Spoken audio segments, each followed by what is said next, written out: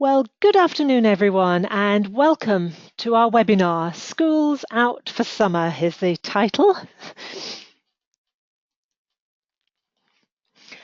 So the past few months, we've had some pretty heavy topics on our webinars. We've looked at gender pay statements, preparing for the GDPR, employment status and the gig economy, etc. So this month, we thought we'd turn to a lighter topic, which is managing over the school summer holidays, which for most people will have now started. I think most of the state schools in my area certainly break up today. Private schools, of course, have broken up already. As usual, we will look at the law, but we'll also aim to give you some practical pointers to help you keep your cool over this period. And before we launch into the detail, we'd just like to introduce ourselves. My name is Alison Blackhurst. I'm the HR Knowledge Manager at HR Solutions, and I will be leading the session today. And I am joined today by my colleague, Sue Watson, our HR Operations Manager. Sue, can you hear me?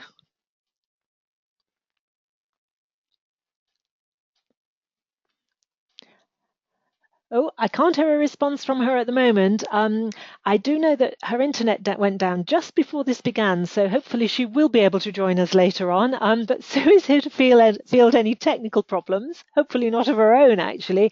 And she will be monitoring questions. If you could send us a message, and we will deal with questions after the webinar and email you with a response afterwards. We will be recording this session and slides will be made available on request afterwards. So here we go, school's out for summer, in the words of Alice Cooper. So that is showing my age, isn't it? And what does summer really mean to you? Is it gardening, sunshine, Pimms and strawberries and cream? Or is it simply holidays or festivals such as Glastonbury or Ascot or Wimbledon? Or is it just no football? Because I don't think the football season starts for another 4 days. So most of us look forward to summer for a variety of reasons. But for many managers, it's also a period of juggling tight resources, particularly if the need for your products or services do not diminish over the 6-week school summer holiday period. Now, we have situations like employees submitting competing requests for annual leave because they need or want to take time off for childcare, or to attend festivals and sporting events, or just because they would like to take a break while the weather is nice. We also have managers coping with increased absences due to gardening and other sun-related conditions. And at the same time, particularly those who commute into cities, we're all travelling into work and working in hotter temperatures, with the shorter fuses that implies. So we offer below a few steps to help you navigate your way through the next few weeks. Now, the topics we'll be looking at in the next hour include shutdowns, competing requests for leave, flexible working arrangements, managing those who return late from holiday or who need time off or who simply go AWOL or go off sick. And also we look at working in hot temperatures as well. So first of all, annual shutdowns. Now, as you'll know if you attended our webinar on the gig economy, many employers are now increasingly operating in a world of 24/7 access with extended hours, with late night opening and with online deliveries. So what we are seeing is fewer and fewer clients who now operate a summer shutdown.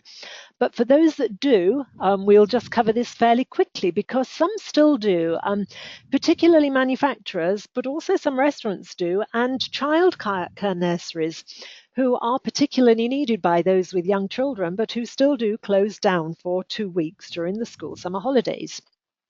And this is completely legal. Under the working time regulations, it is perfectly lawful for an employer to require employees to take their holiday at specified times, provided that the minimum notice is given. And the minimum notice is only twice the amount of holiday that is to be taken. So if you want to close down for 2 weeks, you would need to give 4 weeks notice. If you want to close down just for a week, you would need to give a week's notice. Although, of course, most employers will give more than this for a period of shutdown. and a lot do publish the dates at the beginning of each holiday or calendar year. Now, if you do have an annual shutdown, we just have a few words of advice, which is, first of all, it's worth specifying clearly in your contracts how much leave has to be reserved for any periods of shutdown, and also notify your employees well in advance of the dates of the shutdown. Whilst you do have to give minimum notice, as I've said before, it is obviously sensible to give longer notice of this where possible.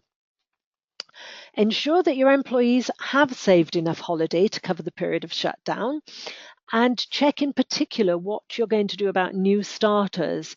Are they required to take unpaid leave if they haven't accrued enough leave? And are they aware of this and also the effect that this will have on their pay? Now, if you are willing to allow them to take the holiday in advance of accruing it, that's fine. But do ensure that in the event of them leaving, you have a clause in your contracts that allows you to deduct any overpayment from their salary or wage. And if that's insufficient, requires them to repay you.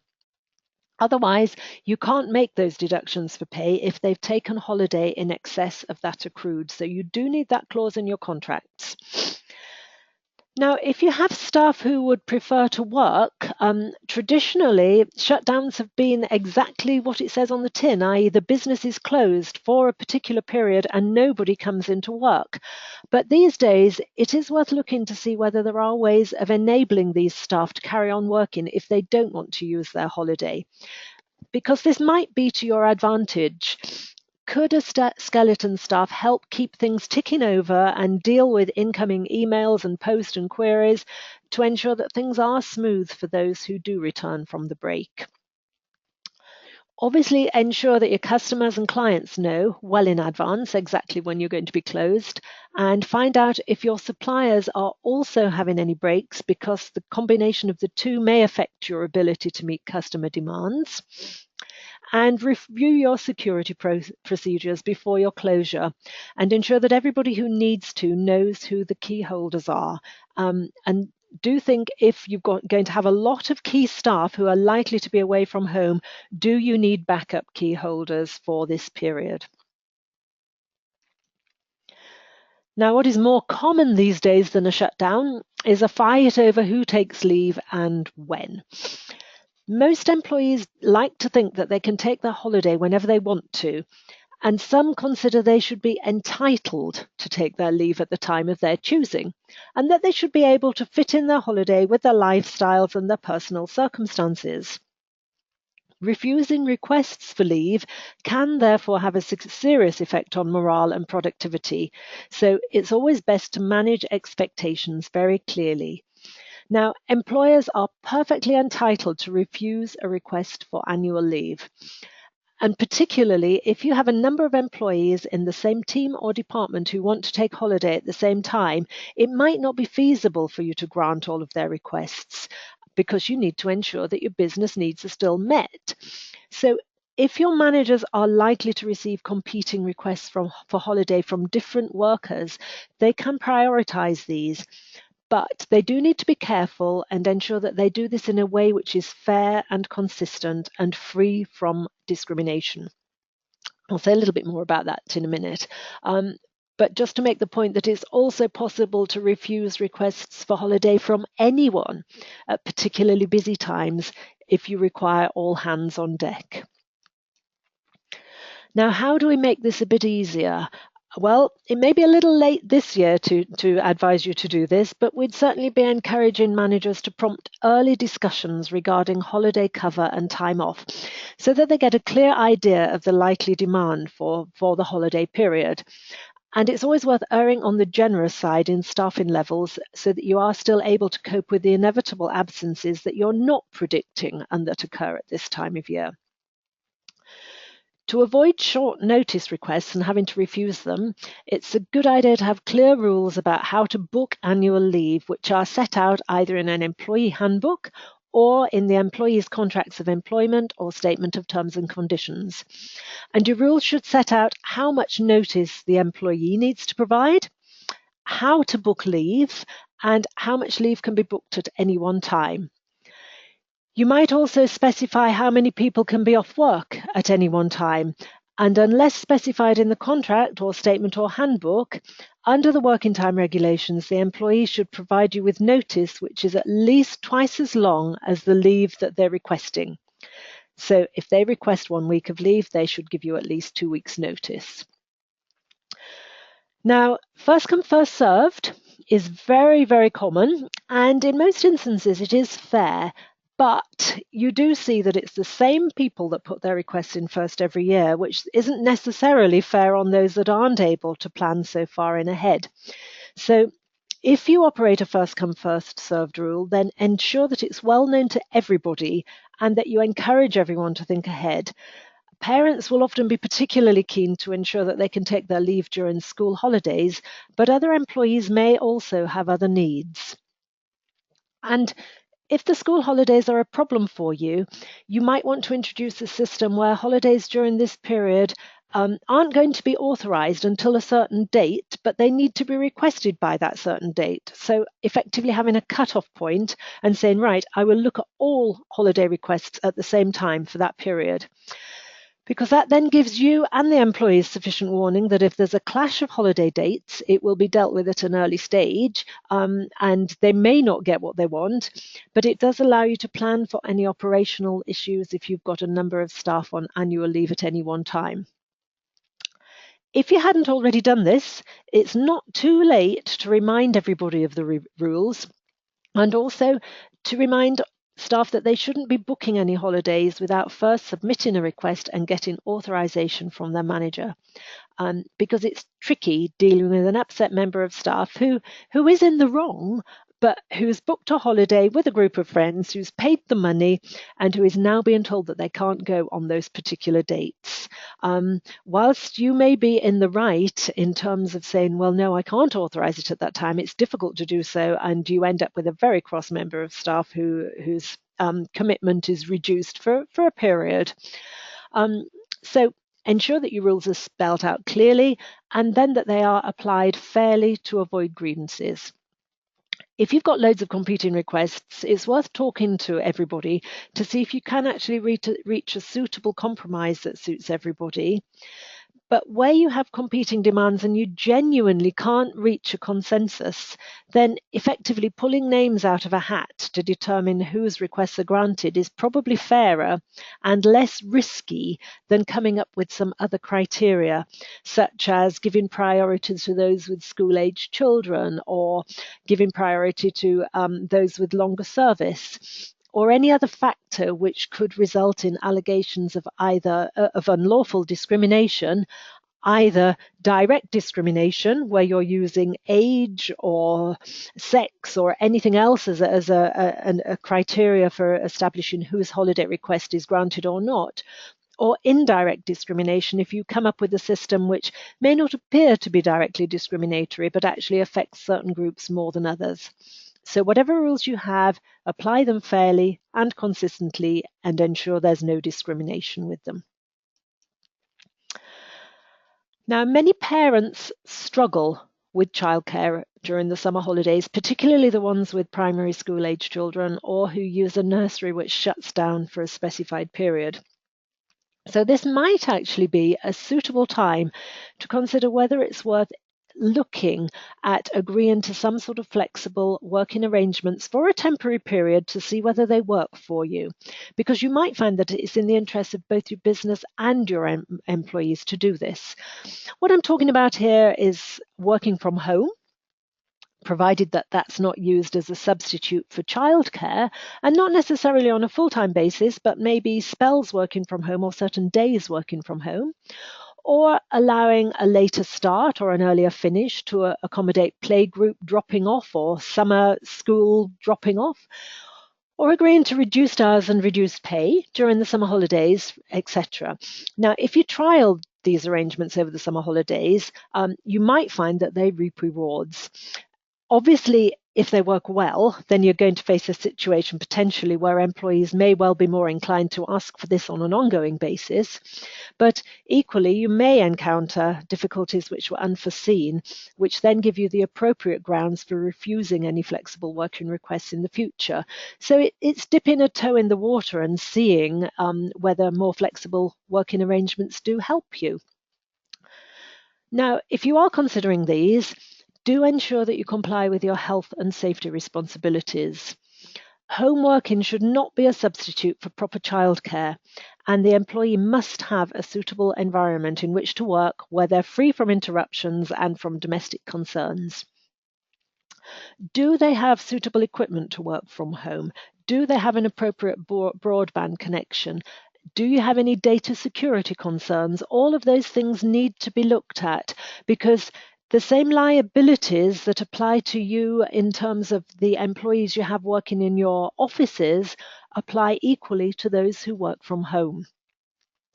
And also note that if you are going to agree any changes in working hours, these must still comply with the working time regulations.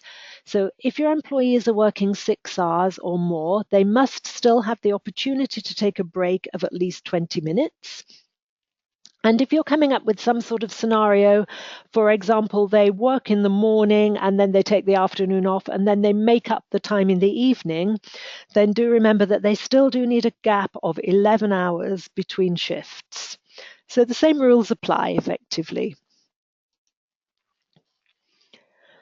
Now, you may get issues that arise when employees return late from their summer holiday. This isn't unknown, especially given the higher levels of strikes at airports and ferry terminals over the summer months. So Sue tells me reliably that we are still expecting some industrial action and that there are threatened strikes in August, as well as lots of work on the railways and at stations over the bank holiday weekend, which will result in fewer trains, and the rail companies are telling people not to travel unless they have to. So bearing that in mind, what do you do if an employee doesn't turn up as expected? Well, hopefully they will have let you know. We'll cover unexplained absences later, but hopefully they will have rung up to notify you of their absence. But we would advise always allow the employee the chance to provide an explanation first of all, because it could be that the flights home were delayed or cancelled, or there could be another legitimate reason for them returning late. If the story doesn't ring true, ask for supporting evidence of the delayed or cancelled flight, or a medical certificate in the case of ill health. And if you're still not happy with the explanation, or if the requested evidence isn't forthcoming, then you will need to consider following your disciplinary policy. Deliberately taking time off, especially if a previous request had been made and refused, could amount to gross misconduct, but it does depend on the circumstances and you do have to behave reasonably. Now, if the absence is a genuine one, doesn't merit dismissal, or possibly doesn't even merit a warning, the next question usually is, should you pay for the days missed? So check your handbook and your contracts on this and ensure that you have either a clear policy or a clear stance on it that's followed consistently. Otherwise, custom and practice could come back and bite you. But normally speaking, if the employee is not available to work, then you don't have to pay them. And in which case you can look at saying, well, would they like to take extra holiday over that period? Or would a period of unpaid leave be appropriate? Or could you allow for the time to be made up if that's practical? Or any combination of these. So it's exactly the same as dealing with absence due to adverse weather conditions. If you're talking about a genuine emergency and the employee has been stuck for hours or days in a crowded, unpleasant, smelly airport and then flown to somewhere other than their local departure airport, and they arrive in the middle of the night and it's cost them a lot of money and inconvenience, then actually you might feel that you should use your discretion regarding payment for that person rather than withholding it. But whatever you do, keep records of these situations so that you can justify any special treatment or the withholding of this, and so that you can respond to any grievances if people feel that they have been treated unfairly. Now, Time off for dependents, of course, is unpaid, so you don't get an awful lot of requests for this. But all employees, irrespective of their working hours or the length of service they have with you, have the right to take unpaid time off work under certain circumstances. And these are when a dependent falls ill, gives birth, or is injured or assaulted, or to make arrangements for the provision of care for a dependent who is ill or injured, on the death of a dependent, because of the unexpected disruption or termination of arrangements for the care of a dependent, or to deal with an incident which involves a child of the employee and which occurs unexpectedly at a time when the educational establishment is responsible for the child. You might think that wouldn't happen during the school summer holidays, but of course we do have things like youth orchestra trips abroad and those sort of activities. And the most likely scenario would be the unexpected disruption or termination of arrangements for the care of a dependent. Now, the amount of time off is a reasonable amount. There's nothing that specifies anything other than that. And the entitlement is to unpaid, not paid time off.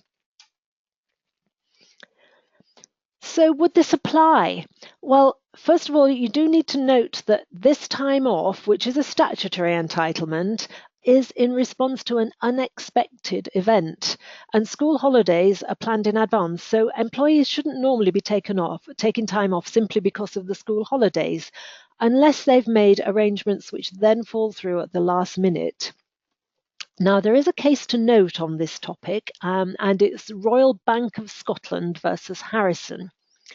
And in this case, Mrs. Harrison knew 2 weeks in advance that her childminder might be unavailable for a day. So she asked to have the day off, and the bank refused. And she tried to sort out alternative care arrangements, but she couldn't do so.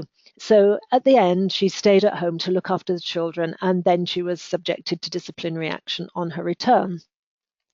Now, surprisingly, the tribunal and the Employment Appeals Tribunal both found in her favour.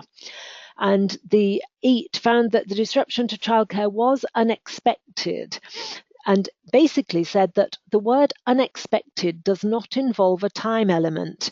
So there is no warrant for inserting the words sudden or in emergency into the statutory regulations. Basically, if it's an unexpected event, then she was entitled to take the time off for it. Now, we also have the situations of unauthorised absence, and we receive a number of calls on the helpline about this, and in most cases it's employers ringing up to say, shall we simply send a dismissal letter with the P45? And the answer usually is no, that could be a bit risky. Don't assume that an employee has terminated their employment. We certainly wouldn't advise you doing that until you've made all reasonable attempts to contact the employee to find out the reason as to why they're absent. There could be lots of reasons why they haven't turned up. It could be the obvious ones, like they've had an accident, or they've been admitted to hospital, or they live alone and they're confined to their bed, or they're ill and they're asleep, rather than ringing up in line with your sickness reporting procedures. It could be that they've gone on holiday without prior authorization, or they've gone missing, or that they've decided to leave you and gone to work for another employer. Or it could even be that they've been arrested or imprisoned, or sadly that they've died. And we've had all of those situations. So jumping the gun without finding out the reason for the absence can leave you feeling rather embarrassed if you go in too heavy with all guns blazing right at the beginning. So what we would say is, certainly if the employee has got 2 years service or more, or if there could be a discrimination angle, then before you take any decision to dismiss, follow the following 5-stage procedure. So the first step is try and get in touch with them using the personal details that you hold on file. And if you are able to make contact, then you're going to be able to find out what's happening and then deal with that accordingly. If you can't make contact, then try any next of kin details without unduly worrying those people. Ask any close colleagues if they have any alternative contact details or if they're aware of any problems. And you might, if you suspect wrongdoing, look at social media to see if you can work out what's going on. Now, if all of these routes fail, then the next step would be to send a letter to the employee asking them to make contact and giving them a warning that unauthorized absence could result in disciplinary action. And we would say send a copy by email if you have the employee's home email address, as well as sending it through the post, and leave messages on their phones, because often a text message gets a quicker response than a letter.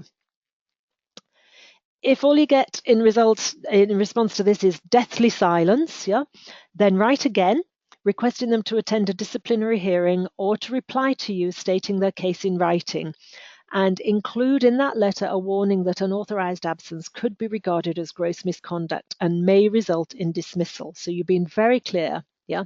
And again, use a number of routes if you can. So a letter, an email, copy of it, or a text message saying the letter's in the post. If the employee doesn't turn up or still doesn't get back to you, then write again, requesting them to attend a rescheduled disciplinary meeting with a warning that if they don't turn up or if they don't reply stating the case in writing, then effectively you're going to make a decision in their absence. And at that stage, you hold the meeting with or without them, and you would write to confirm the dismissal on grounds of gross misconduct if they don't turn up, but giving them the right of appeal. Now, we would, given that you're talking about the potentially serious reasons for non-attendance and also the fact that you are dismissing somebody, we would recommend that you follow the above process irrespective of the length of service of the employee. So do ensure as well that all employees are informed of the procedure that they are required to follow to notify you of any absence. That hopefully will mean that you don't end up going down this route. But if you don't tell your employees what the rules are, then some will use common sense or will use rules that they've had in previous workplaces. But of course, they could argue back that they were unaware of the rules.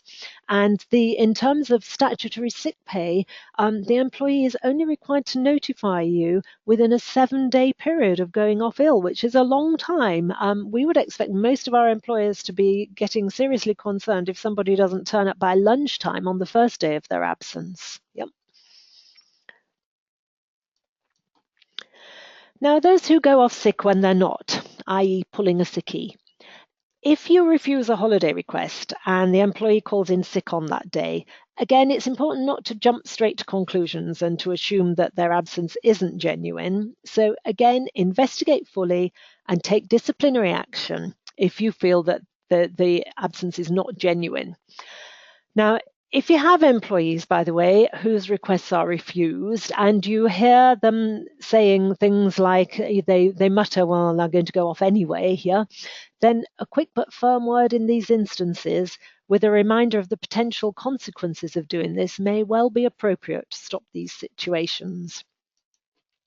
But if they do, then again, it's a case of following the correct procedure. So investigate properly. If you then end up having to take disciplinary action, you're going to be in a much stronger position. So ask for evidence of the illness if possible. Point out that the circumstances are unusual, i.e. the person had made a request for leave and they happened to be ill on the very day that their request had been refused, yes? So, it does look a little suspicious. Can they give you some more details? Again, it might be worth checking social media just in case your employee's been really stupid and put pictures of them attending some social event on the day in question. But if an employee does pull a sickie, then bear in mind that would be regarded as gross misconduct. Now, there is a case that backs this up. It's Ajaj versus Metroline West Limited. And in this case, Mr. Ajaj was summarily dismissed for gross misconduct, and he claimed unfair dismissal. But he didn't succeed because the Employment Tribunal's Appeals Tribunal confirmed that pulling a sickie was a breach of the implied term of trust and confidence. So yes, you can dismiss if somebody genuinely has claimed to be ill when they weren't. Might a short email to staff reminding them of the process for booking holidays and the consequences of taking time off which hasn't been authorised and the importance of following your absence notification procedures help? It's not too late to do that if you do that within the next few days, saying, start of the school holiday period, could we just remind you that these are the processes that we require all staff to follow? Now, in winter, we're looking at employees going off sick with colds and flu. In summer, it's a case of backache due to gardening or sunburn or barbecue-related food poisoning, which tend to be the flavour of the day. The legal position is that statutory sick pay must be paid to everybody who is eligible for it and who notify you of their illness, irrespective of the reason for their absence. So the case that points this out to us is Aber Roof Trust Limited versus HMRC. And in this case, Mr. Adams was the employee, and he was regularly absent from work, mainly due to football injuries. Now, his employer warned him that there was no way that he would pay any more SSP for any absences due to football injuries. But when Mr. Adams next was off sick for 2 weeks, the employer refused to pay SSP because it said that the incapacity was self-inflicted. Mr. Adams appealed against the decision, and the tribunal decided that he should be paid SSP, basically because he met all of the qualifying conditions for SSP, which are that he was unfit for work due to incapacity or illness. The illness was genuine. Yeah. His employment was liable for national insurance contributions, and his average earnings exceeded the NIC's lower earnings limit. Therefore, he was eligible to get SSP, and there were no grounds for withholding it. There's no statutory basis for excluding payment for self-inflicted injuries. So, our advice on this one, well, first of all, do keep an eye on your absence rates. Clearly, there are some conditions, for example, eczema or hay fever, which are commonly worsened during hot weather. But short-term absence rates can increase hugely during spells of sunny weather anyway. So monitor the attendance of your staff, not just the duration and quantity of days off, but also to see if any patterns emerge, such as positive correlations between days off and notable periods of sunny weather. If you have a generous sick pay scheme, an enhanced sick pay scheme, and you have a problem with this, then you may feel that you want to withhold company sick pay and only pay SSP if absences are due to back injuries due to gardening or summer tummy or suspected malaise during significant sporting events. So if this is an issue for you, first of all, check to see whether your scheme is contractual or not. If it isn't, it's going to be much easier to change it. Consult with the employees, and if you do decide to introduce some stricter rules on the payment of sick pay, then do give notice of the change in the rules. Remind workers of your absence policy and also that disciplinary action will be taken where necessary. And you can ask your staff to be sensible. So sunburn, sunstroke, gardening incidents may well happen at home, but you do still need them to be fit for work. And if you suspect employees have taken liberties, then do establish clear evidence before you take any action. Now, if you have employees that go off sick whilst they are away on holiday, then case law says that they may convert their holiday into sickness absence if they would otherwise be unable to take their statutory 4 weeks of holiday. So as a result of this, some employers have different notification rules in these instances. For example, they require the employees to call in every day and speak to their manager, or they require a doctor's certificate. But this isn't necessary if the employee only receives SSP because the normal self-certification rules will suffice for the first week. But if you pay company sick pay, then there's nothing to stop you having stricter rules, or to say that SSP will apply to illness during pre-booked holidays only, so no enhanced sick pay during that time. And finally, on this point, if you work in an environment where food hygiene is a factor, do remind appropriate employees that they must declare any diarrhea or vomiting. And in high risk areas, they have to be able to provide a satisfactory stool test prior to returning to work. Now, if you have to suspend them until you get this, when they feel perfectly able to work and you can't offer any alternative work which is safe for them to do, then any suspension would be on full pay. So we've talked an awful lot about absence and people not being there. Let's just take a look at those who are actually still at work. It's interesting, we have fewer people for this webinar today than normal, so maybe an awful lot of people have already jetted off to the sunshine.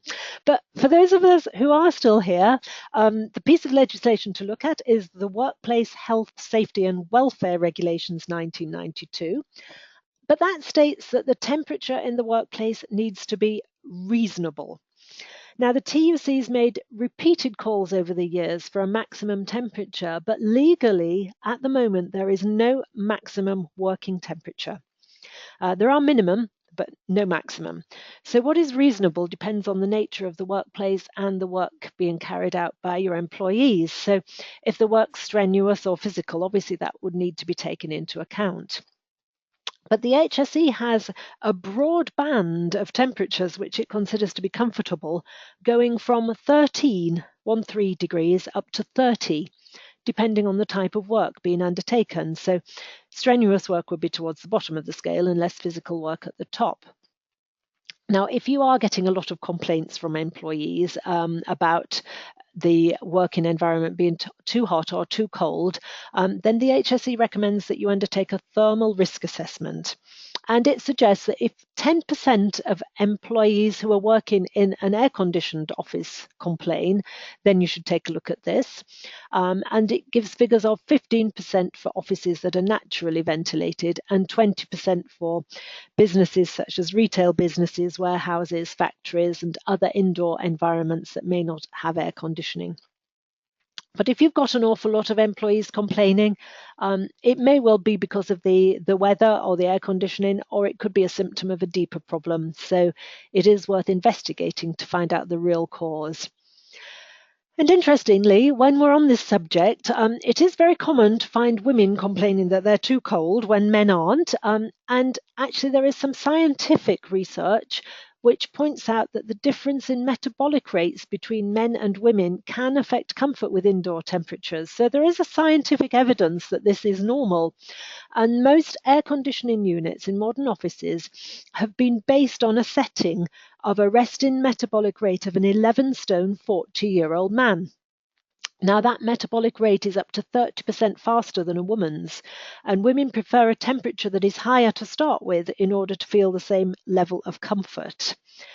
And don't forget that metabolic rate also lowers with increasing age as well, so older people feel the cold more.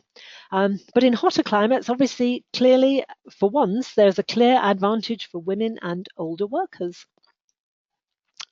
Now, a lot of offices aren't designed for temperatures which go above 30 degrees centigrade. Now, looking at the weather out there today, we're nowhere near that, but we have been up to that temperature in the last few weeks. So really the following are fairly common sense steps rather than legal requirements, but common sense steps that may help to calm things down a bit.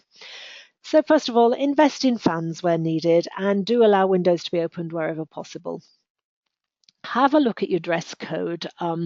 Are your male workers still expected to wear a shirt and tie even when they're boiling hot? And are your female staff expected to wear tights? Do they really need to do so? Because allowing staff to dress according to the temperature may well be sensible.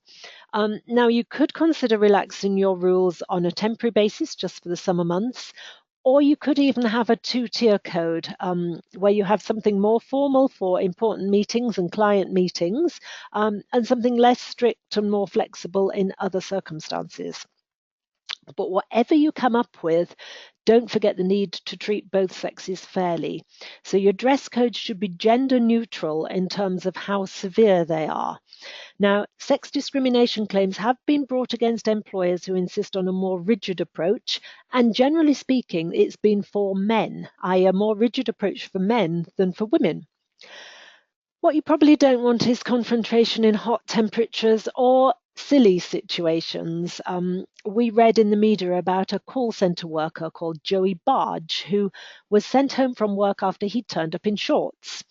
So he returns to work wearing a pink dress as a protest and insisted on wearing this for the rest of the day, even though his managers had decided to give in and to allow either black, grey, or beige shorts. You don't want that situation, really. The Telegraph also reported that French bus drivers turned up to work in skirts after they were told that they couldn't wear shorts because female drivers are allowed to wear skirts. Again, you don't want that situation either. So consider whether you can allow short-sleeved open-necked shirts with a collar and possibly tailored shorts or sandals. And do bear in mind that if you still insist on your normal dress code in heavily air-conditioned buildings, then your employees might be fine whilst they're at work, but they still have to commute to get there. So the chances are they're going to arrive hot and sweaty. But also, one final point, for health and safety reasons, it may be necessary for employees to continue to wear protective clothing, irrespective of how hot they are. Now, apart from dress code, you could look at the positioning of desks and move these away from windows, draw the blinds or put reflective film on the windows. It may well be sensible to allow staff to take more frequent breaks, especially if they're doing physical work. Have a look to see whether you can provide a ready supply of cool drinks or even ice creams on occasion. I had one client that when the temperatures went above 30 degrees, they used to go and get ice creams for everybody. Now, it didn't cost them an awful lot of money because that didn't happen very often, but it had a major increase in terms of morale. So it was a very sensible thing to do. You might also want to consider introducing a temporary flexi-time system if you don't already have one, which gives the staff the option of coming in either earlier or staying later to avoid the rush hour commute if it really gets too much for them.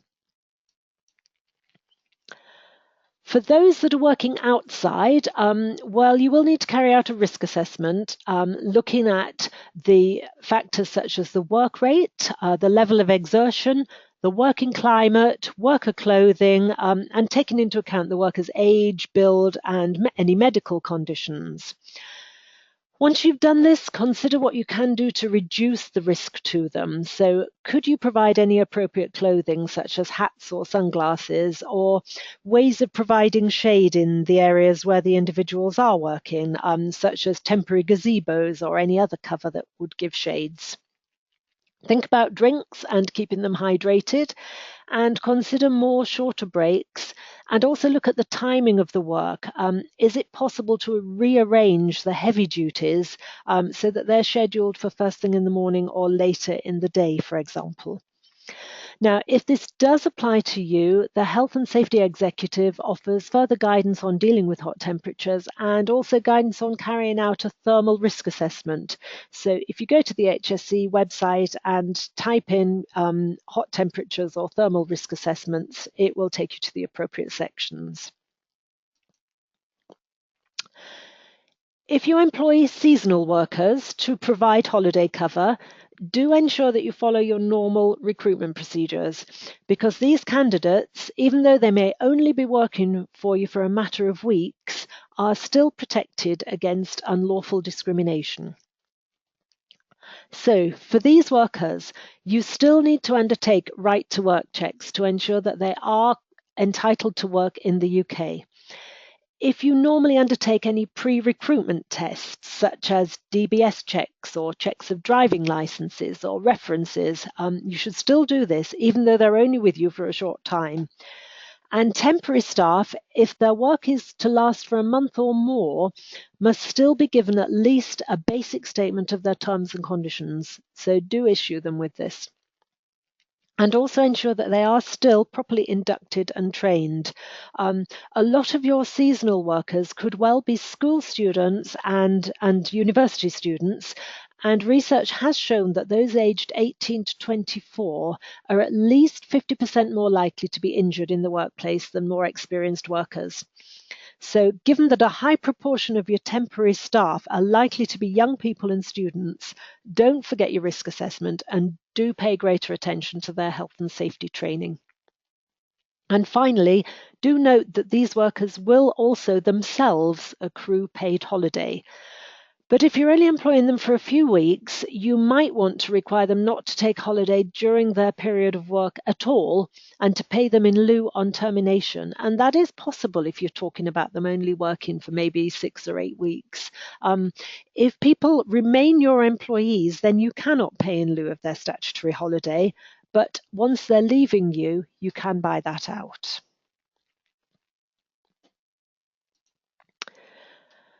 Summer work experience? Well, the school summer holidays are typically a time when employers offer school-age children the opportunity to carry out work experience.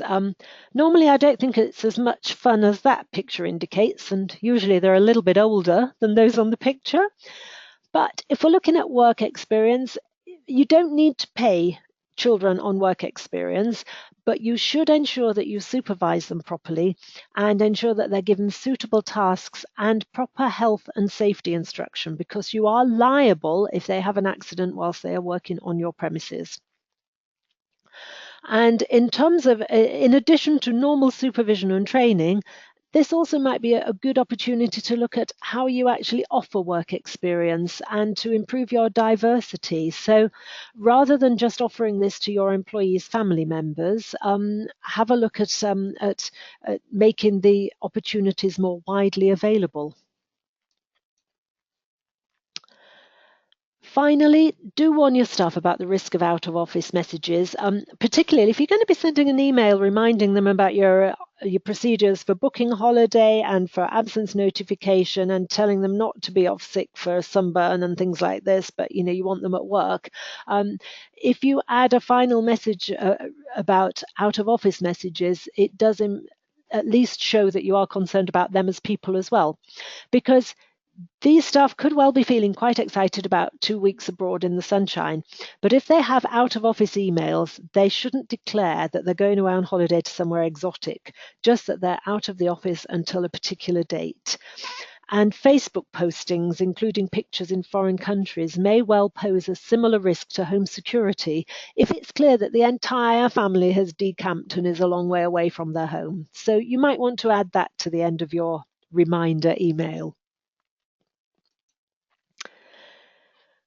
Hopefully this has given you a few useful pointers and reminded you of a few of the basic bits of employment legislation that cover holidays and working during the summer months. We don't have time to deal with any questions, but if you do have any questions, do email us and we'll get back to you as soon as we can after this webinar.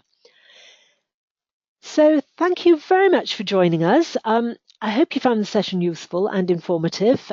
If you'd like copies of the slides or a recording, they will be available soon.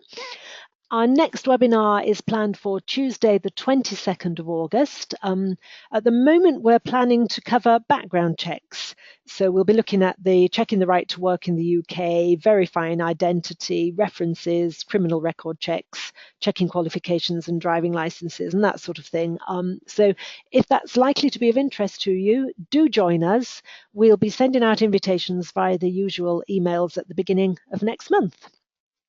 So thanks for joining us this afternoon. Have a good afternoon, and we hope that you found this useful and informative. Bye-bye.